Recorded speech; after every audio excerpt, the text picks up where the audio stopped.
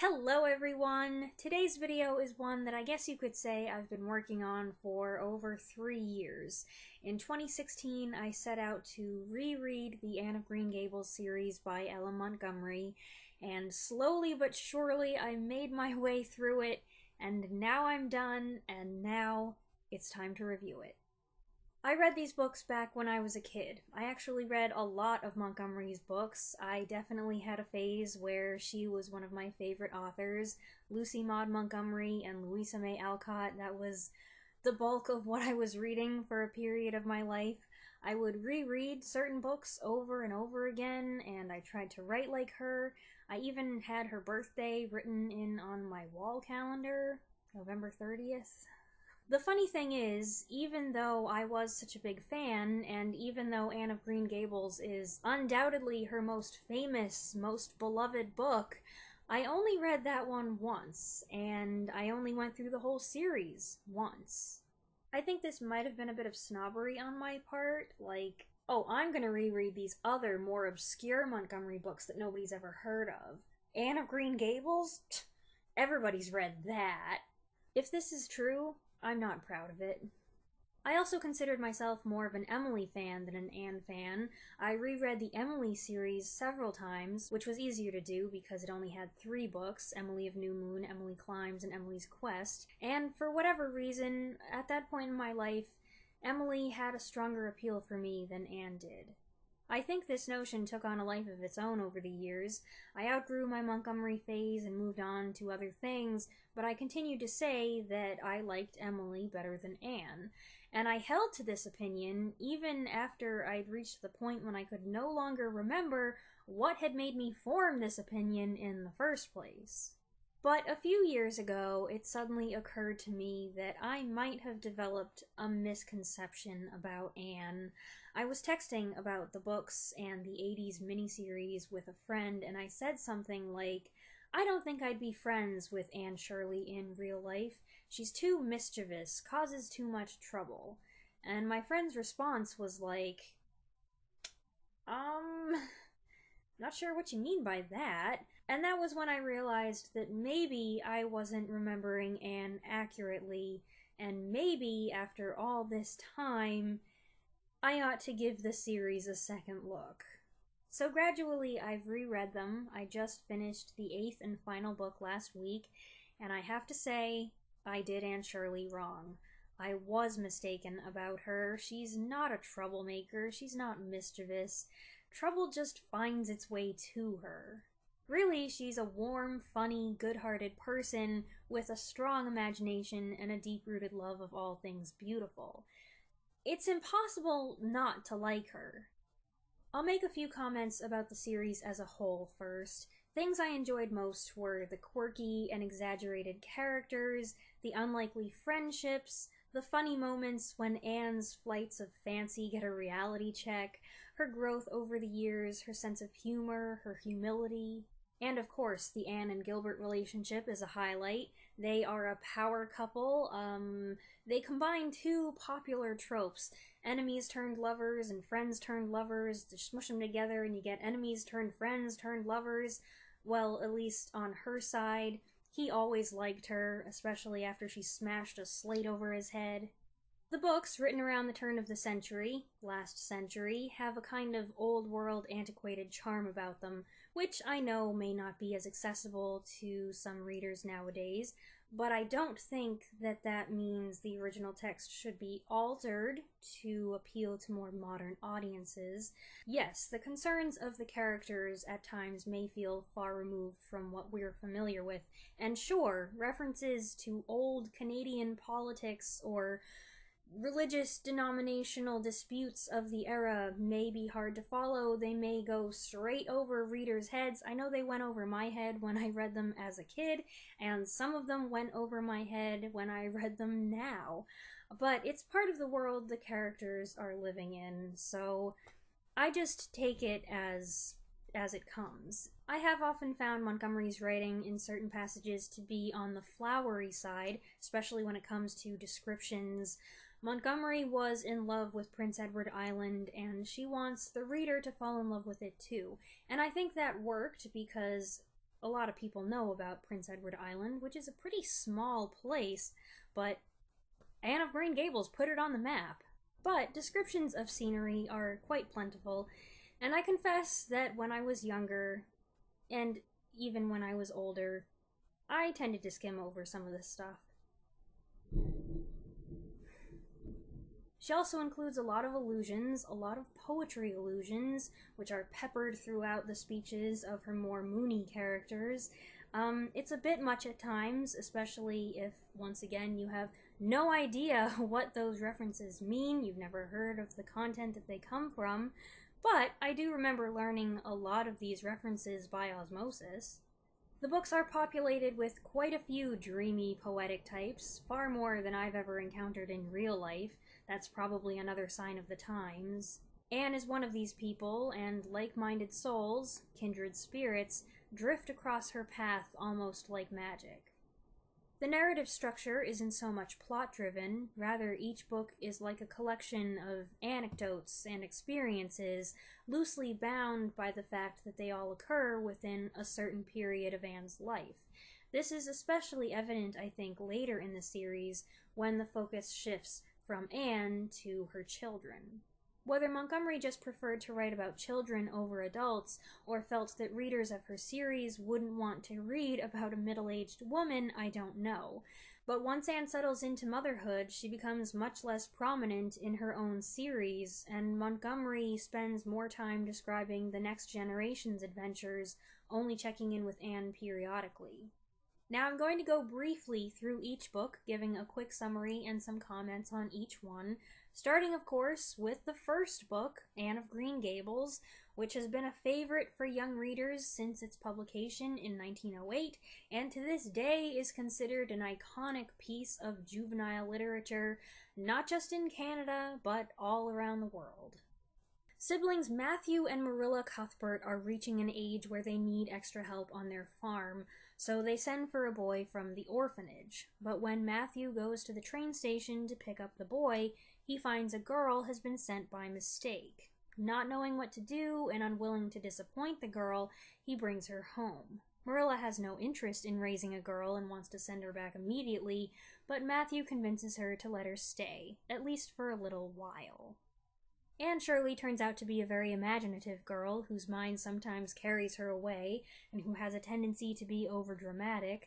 She's rough around the edges when it comes to social graces, prone to getting into scrapes because she rushes into things without thinking them through first, and she's a touch too sensitive about her flaming red hair. The book is a series of memorable incidents as Anne gets into one predicament after another, several of which have been so immortalized on screen that even people who have never read the book are familiar with them. It's in this first book that Anne starts the lifelong process of learning how to deal with the fortunes and misfortunes that come her way, the significant events as well as the day-to-day absurdities.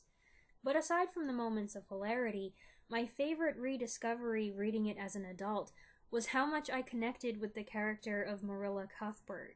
I know a lot of people talk about how much they love Matthew, and he's great, but I especially bonded with Marilla. My reactions to things Anne says and does were often so similar to hers. I love her crispness, her exasperation, her tough love, her dry sense of humor. She's the best. Book number 2 is Anne of Avonlea. This one is about Anne in her mid to late teen years, teaching at the Avonlea School. I remember less about the main story in this one, perhaps because there isn't really a main story, and there's not a whole lot that happens to Anne. I mostly remember her reacting to things that happen to other characters. These stories often feature at least one precocious, naughty but perceptive child who learns valuable lessons and ends up a better individual by the end of the book. That's definitely a thread here with the twins Davy and Dora, especially Davy. The Davy stories have their own entertainment value, and through them Anne learns things about discipline and mothering, which is good prep for later, but sometimes there was just a little too much of the twins. It does include a very nice love story subplot though, not Anne's. In a way, this book feels to me more like a bridge than its own thing. I enjoyed it, but not as much as the first one or the one that comes next, which is book number 3, Anne of the Island. This is the one where Anne goes to college, and it's the one that focuses most on Anne's romance, or romances. There are a few interested parties, and that's probably why this was one of my favorites when I was young. I actually remember finding this reading experience extremely frustrating because Anne's like, ugh, I wish Gilbert hadn't fallen in love with me. It was so much better when we were friends and now he's ruined it. I don't love him. And I'm like, yes you do! But it was also romantic, and at age 10 or 11 or however old I was, I really liked that. I'm a little shocked at myself that I totally forgot about something sad that happens. Maybe I intentionally suppressed the memory because it made me cry? I don't know. Turns out it's not the only sad thing in the series I forgot. The best thing about this reread was realizing how much I love Anne at this age and how much I enjoy her college buddies. They were what made reading this one of the most pleasurable experiences of the series, their personalities, their conversations. It was after I finished this one that I felt really glad to be going through the books again. Book number 4 is Anne of Windy Poplars. Here Anne is in her early 20s, newly engaged, and working away from home as a teacher. The book chronicles her experiences with troublesome students, uppity families, and loneliness far away from the ones she loves. Those of you who have only ever seen the 80s miniseries adaptations would recognize parts of this story. The sequel miniseries, titled Anne of Avonlea, actually borrows heavily from this book and the previous book, Anne of the Island. The rest, it just makes up. I've heard that a lot of people are disappointed with this one, but I wasn't. I liked it almost as much as number 3, and more than number 2.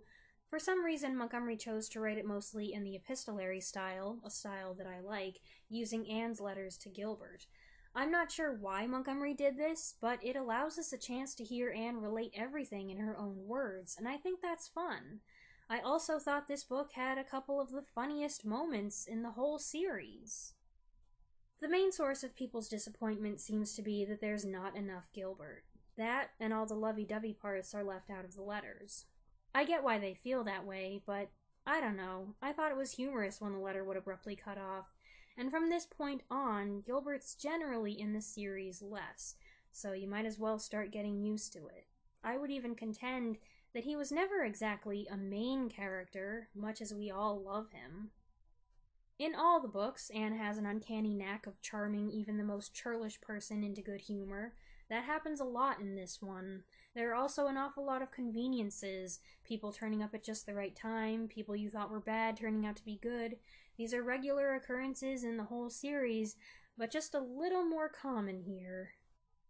This book also brought home to me how morbid some of Montgomery's anecdotes are. She seemed to get a kick out of funny stories about graveyards and dead people and almost dead people. Like there's one chapter, one of the non-epistolary ones, where Anne visits a woman in a spooky house, and this woman spends the whole visit telling her these macabre stories of her cursed family history. And then there's a storm, and Anne ends up having to spend the night wearing a dead woman's nightgown and sleeping in a bed that a guy died and came back to life in. Creepy. Montgomery did like to include some good shivery tidbits. Book number 5 is Anne's House of Dreams. Anne gets married, yay, and she and Gilbert move to Four Winds Harbor, where the series will stay for the remainder. This book describes Anne's first few years of marriage, the ups and downs, the joys, the sorrows. I'd forgotten about the sorrows. There's a big one in this story that I completely forgot about. I wonder if I didn't fully understand it when I read it the first time. It is the kind of thing that older readers would pick up on more readily than young ones. This story introduces some new major characters who we'll be seeing a lot of in future books, including Susan Baker, who becomes the Blythes' indomitable housekeeper, and Miss Cornelia Bryant, who's kind of like the spinster version of Mrs. Rachel Lynde, opinionated, bustling, full of unfounded prejudices, but with a good heart underneath all her brusqueness. Book number 6 is Anne of Ingleside. We start jumping ahead now as the Blythe family grows and the children age and start to have their own formative adventures and mishaps of the sort that Anne herself went through in the first book. This is the kind of thing that Montgomery really seemed to prefer to write about. Short anecdotes that result in a bit of character growth for the young person at the end. Anne's more like a supporting character in this one, even though her name is still in the title. Maybe that's why I didn't enjoy it as much. The stories about her kids are amusing and all, but I'd like to hear more about adult Anne. So what if she's got 6 kids now? That doesn't mean I don't want to hear about her life anymore and the different ways she gets involved with people in her community. Book number 7 is Rainbow Valley, obviously a departure where titles are concerned. This one continues the trend, focusing on the exploits of the 6 Blythe children, Jem, the twins Nan and Di, Walter, Shirley, and Rilla. But actually, the book is pretty evenly divided between these children and the Merediths, the 4 children of the new minister, a widower.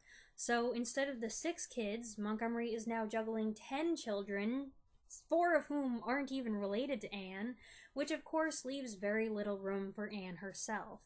Her main role now is that of the mother who listens to everyone's troubles, tries to soothe them, and help them learn a lesson without pushing it. I admit these last 2 books made me feel a little restless. I wasn't as engaged with them. They're not the kind of thing I would choose to read these days. If they weren't part of the series, I wouldn't pick them up. And the lack of structure, where the chapters just bounce from one child's point of view to another, made me feel like nothing was really happening. That doesn't mean there's anything wrong with either book. The writing is on par with the others, the stories are entertaining, some more entertaining than others, the characters are colorful. There's just something lacking. Book number 8 is Rilla of Ingleside. For me, this one redeems the second half of the series, even though Anne continues to be more of a periphery character. The focus changes once again, now settling on Anne and Gilbert's youngest child, Marilla, Rilla for short. Nearly 15 years old, Rilla starts out as a vain, ambitionless girl, interested only in going to her first parties and falling in love. Then World War I starts, and the world erupts into chaos. This one's so different from the others, especially where it's centered around a major historical event that affects every character deeply. It came out in 1921, only a couple years after the Great War had ended, and it's plain from the sorrow and anxiety and patriotism written in its pages that the memories were still very fresh in Montgomery's mind. Make no mistake, the book still includes funny anecdotes, awkward mishaps, sweet romantic moments, but in many ways, there's something more grown-up about it. The war changes things for these characters completely, bringing with it a lot of sadness and a whole new way of life. But it's not all tragic, and Rilla's character development is the best in the series. I'm not sure about any of the others, but I know I read this one multiple times. And now, revisiting it after so long, I definitely feel I was justified way back then in considering it one of my favorites. Now, to tally things up. My favorites were, in chronological order, Anne of Green Gables, because you have to include the first one, Anne of the Island, Anne of Windy Poplars, and Rilla of Ingleside. Exactly half of the books, 4 out of 8, made me shed real tears, but all of them made me laugh at some point, which I think is the most important thing. Montgomery wrote about friendship and love, she wrote about life's heartwarming moments, as well as the heartache, but I think what she wanted most of all was to bring a smile to her readers' faces, and as far as I'm concerned, she succeeded. So I would like to thank my friend, first for her gracious response to my unfounded criticism of Anne, which probably momentarily made her question why we were friends, and second for being the catalyst that pushed me into rereading the series. I've enjoyed experiencing the books again and taking it all in from a different, older perspective. Now, I'm sure some of you are wondering if I'm going to review any of the adaptations. Maybe 1 or 2 eventually. There are a couple that I think it would be fun to talk about, namely the 80s miniseries adaptations, which I've already mentioned a couple times, and the 1934 film, if I can find it. But I'm not going to do an official series or anything. I've got enough of those going on. And quite frankly, there are some adaptations, old and new, that I just don't have any interest in watching. So, I'll leave it at that. This has been an extraordinarily long review, and if you've stuck with me this long, congratulations and thank you. I knew it was going to be lengthy because it is a series review plus 8 mini book reviews, but I didn't expect it to be quite this long, so thanks for sticking with me.